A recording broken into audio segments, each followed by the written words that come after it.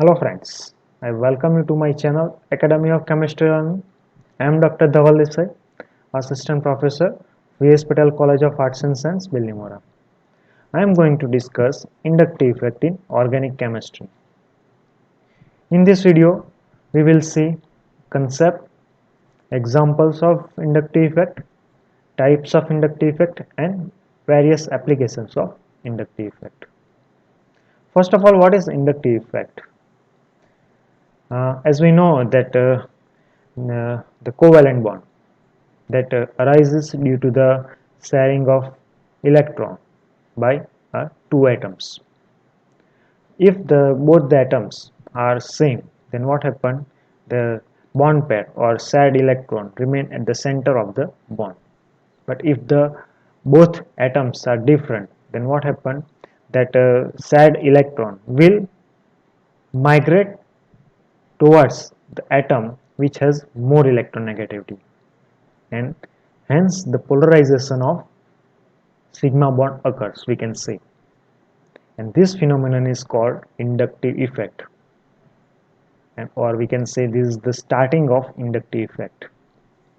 Inductive effect is represented by an arrow, and arrow direction is always towards the more electronegative atom which has partial negative charge. Let's understand this phenomenon by following example. Here we can see that carbon is attached to X, both have shared single electron and they have covalent bond. Here X may be the atom or groups of atom. X may be more electronegative or electron withdrawing group. And what happened? This bond pair will displace towards X. Why? Because X is more electronegative than this carbon atom. And due to this, polarization of sigma bond occurs, we can say, and hence the partial positive charge will generate on the carbon atom and partial negative charge will generate on X atom.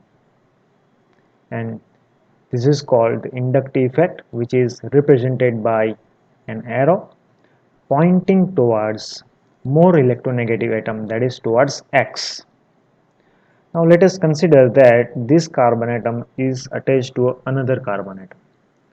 So what happened?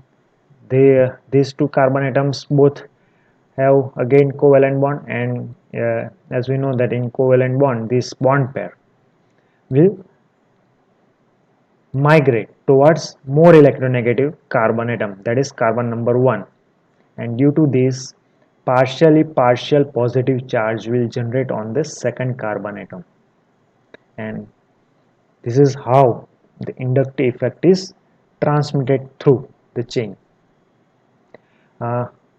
Polarization of sigma bond can also be represented when the carbon is attached to less electronegative atom or groups of atom. So let us consider that this carbon is attached to Y, both have covalent bond, and here we can see the two shared electron. If Y is less electronegative or electron donating group, then what happens? This bond pair will migrate towards the carbon. Why? Because the carbon has more electronegativity than the Y atom, and hence the polarization of sigma bond occurs, and that's why partial negative charge will generate on the carbon atom and partial positive charge will generate on Y atom, and this is called inductive effect, or we can say polarization of sigma bond, and it is represented by an arrow. But the important thing is that in this case the direction of arrow is in opposite side than the previous one, because here the carbon is the more electronegative than the Y one. And now let us consider that this carbon atom is attached to another carbon atom. So what happens? That the bond pair will drag towards the second carbon atom, and hence the partial negative charge will generate on and second carbon, and it is represented by an arrow pointing towards the second carbon atom. So this is called the inductive effect. So I hope that this is the very, I have tried to demonstrate the inductive effect in very simple language.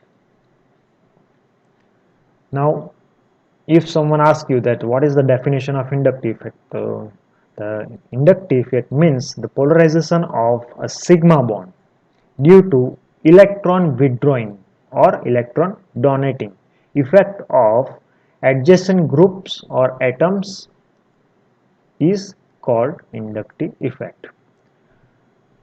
Here is some example of inductive effect. Let's consider that butyl chloride. The butyl chloride contain carbon bond chlorine. So in these two atoms, carbon and chlorine, we know that chlorine is more electronegative than the carbon. So what happened? The electronegativity will migrate or move towards the carbon atom, and hence the partially positive charge will generate on carbon atom and partial negative charge will generate on chlorine atom. In turns, these carbon atoms drag the electron density partially. This carbon atom drag the electron density partially towards itself from the next carbon atom, that is carbon number 3, and hence partial positive charge will generate on the second carbon atom. And this is how the inductive effect, or we can say polarization of sigma bond, can transmit throughout the carbon chain. But it is important to note that uh, inductive effect gets weakens when you move away from the electronegative atom, and uh, it is not much significant, that is inductive effect is not much significant beyond the third carbon atom. Also we must know that inductive effect is not a permanent effect and is inherent to the molecule. So here are some important points of inductive effect. Inductive effect arises due to electronegativity difference. It is transmitted through sigma bond, no pi bonds are involved. Inductive effect decreases while moving away from the group which causing that effect. It is permanent effect, and hence it may create the permanent dipole in the molecule. Inductive effect is relatively weak, as we have seen, and compared to resonance and hyperconjugation, and inductive effect can influence the chemical and physical properties of compounds. Now the types of inductive effect. The inductive effect are two types. It is completely based on the groups present in that particular molecule, if the group is electron withdrawing or if the group is electron donating or electron releasing. First type is electron inductive effect, sorry, negative inductive effect, or minus I effect. This effect arises due to the electron withdrawing group present in that particularly molecule. It is represented by minus I. This we have already discussed that X is more electronegative and carbon than the carbon. So partial negative charge will generate on X and positive charge on carbon, and hence the bond pair will migrate towards X, and it is represented by I arrow pointing towards X. Here are some example of groups in decreasing order of their minus I effects. So I has the, and also important that whenever you compare the I effect, so or the strength of I effect is compared with hydrogen atom. Second type is inductive, positive inductive effect or plus I effect. This effect is due to the electron releasing group present into the molecule. It is represented by plus I. If Y is the less electronegative, then what happens, or and carbon is more electronegative, then electron pair move towards the carbon atom. So negative charge we generate on carbon and positive charge we generate on Y, and hence the direction of arrow is towards carbon atom. In this example, the hydrogen has less strength compared to this CCA3 thrice group. And one more thing, that as the number of alkyl group increase, the strength of inductive effect increases. Means CCA3 thrice has highest plus I effect than compared to hydrogen.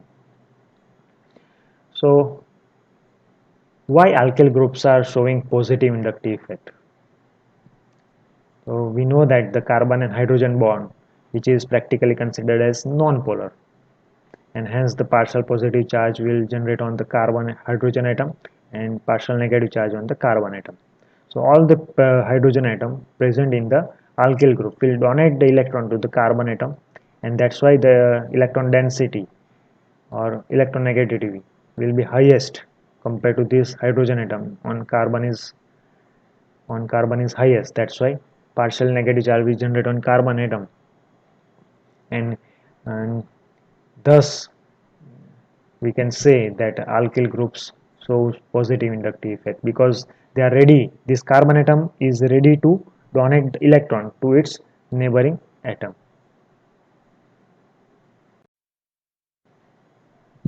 Now some applications of inductive effect. First application is stability of carbocations or carbonium ions. The stability of carbocations increase when I groups like alkyl groups are present adjacent to positively charged carbocation. Here what the I groups do, the I groups that are ready to donate electrons, so they donate electrons to the carbocation which is electron deficient, and they stabilize or they decrease the positive charge on carbocation and make them more stable. When the minus I groups are present to the adjacent carbocation, so minus I groups are electron withdrawing groups. So what they do, they withdraw the electrons from carbocations and hence increase the positive charge, more positive charge than they are already existing. So more positively charged on carbocations generate and make them unstable. Some example of stability of carbocation, the tertiary carbocation is more stable than the secondary. Secondary is more stable than primary. Primary is more stable than methyl carbocation. Here alkyl groups which donate the electron and stabilize this carbon atom which is electron deficient. Here two methyl groups. That's why it is less stable than this tertiary then, because tertiary carbocation can generate tertiary carbocation have three alkyl groups, so it has higher stability compared to this secondary. Secondary has two alkyl groups while primary has only one alkyl group. So secondary is most, that's why secondary is more stable than primary, and this primary is more stable than methyl. Why? Because methyl contain only three hydrogen while the primary contain two hydrogen and one alkyl group, and compared to hydrogen and alkyl group is more electron donating group. That's why. So the next application is stability of free radical. As we have seen in carbocation, here the same thing happens. Means the in the same way the stability of free radical increases with increase in number of alkyl groups. Means as the number of alkyl groups are increasing, the stability of free radical increases. The tertiary free radical is more stable than secondary. Why? Because tertiary has three alkyl groups compared to this secondary. Secondary has only two. Secondary is more stable than primary because secondary has two alkyl groups while the primary has only one. And primary free radical is more stable than methyl because it has one alkyl group and this methyl has no alkyl groups. Next is stability of carbon ions. When plus I groups decrease the stability of carbon ions. It is completely opposite to the carbocation. While the minus I groups increase the stability of carbon anion. We can understood by this stability of carbon ion. Here the methyl carbon ion is more stable, means than the primary carbon ion. Primary is more stable than secondary, secondary is more stable than tertiary. It is completely reversed to the carbocation and free radical. Here the carbon and it is attached to 3 hydrogen, right?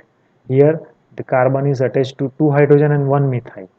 So alkyl group is electron donating group. So what they do, they already carbon ion has negatively charged, means they have lone pair of electron.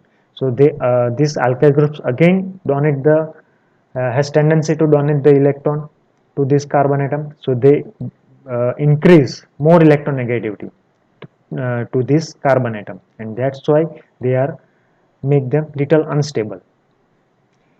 In secondary, it has two alkyl groups. So these two alkyl groups donate electrons and make this carbon atom more unstable. That's why it is less stable than the primary. And in case of tertiary, it has three alkyl groups. So we can understand how much unstable it is compared to this secondary, primary, and methyl group. Next application is acidic strength of carboxylic acid and phenols. A protic acid, when it is ionized, so it forms conjugated base, that is uh, carboxylate anion and proton. This conjugated base and proton are in equilibrium with protonic acid. When this conjugated base, that is carboxylate anion, is attached to any minus I group. Minus I group means electron withdrawing groups. So what this electron withdrawing group do, that pull the electron towards itself from carboxylate anion and hence stabilize the carboxylate anion, and that's why we can say that acidic strength uh, increase when minus I groups are present. On the other side, when the I groups are attached to carboxylate anion, so what happened, this plus I group, they are electron donating groups, so they donate the electron to the uh, carboxylate anion, and that's why they increase more, they make them more unstable and destabilize the conjugated base of acid by releasing electron density. Here we can understood that CF3 COOH is more has more acidic strength than compared to acetic acid. Why? Because fluorine is electron withdrawing group, so it pulls the electron towards itself and stabilize this carboxylate anion, while in case of acetic acid, here is the CH3 group. CH3 group is electron donating group, so it make more it provide more electronegativity to this carboxylate anion and make it make this acetic acid unstable. In case of formic acid and acetic acid, formic acid is a stronger acid than the acetic acid. Why? Because CH3 group, alkyl group, is destabilizing to this carboxylate anion in compared to this hydrogen. Now, similarly, in case of phenol, the acidic strength of phenol increases when minus I group are present on the ring. Let's understood this by the following example. The paranitrophenol is more stable than the phenol, and phenol is more stable than paracasol. Uh, Paranitrophenol, which contains a nitro group. Nitro group is electron withdrawing group, so it withdraw the electron towards itself and make this ring more stable. But in case of paracresol, this methyl group, that is plus I group, which is electron donating group, so it donate the electron and increase the electronegativity of this remaining part of the ring, and hence make it less stable. So the acidic strength of paranitrophenol is highest than the phenol, and phenol has higher strength than the paracresol. Next application is basic strength of amines. Electron donating groups like alkyl increase the basic strength of amines, whereas the electron donating withdrawing groups like aryl groups decrease the basic strength of amines. That's why alkyl amine is more stable, or we can say more basic than the aryl amines. Here we can see that methylamine has higher strength than the ammonia. Ammonia has higher strength than the aryl amine. Next is reactivity of carbonyl compound. The plus I group increase the electron density of the carbonyl group, because plus I groups are electron donating groups. That's why they increase the electron density on carbonyl, while the um, minus I groups, which are electron withdrawing, so they decrease the electron density on carbonyl groups. And hence, when the plus I group are present, so the reactivity towards the nucleophiles decreases. And this is we can understand by this following example. The formaldehyde is more reactive than the acetaldehyde and acetone. Thank you. This is all about the inductive effect. I hope you understand. Thank you.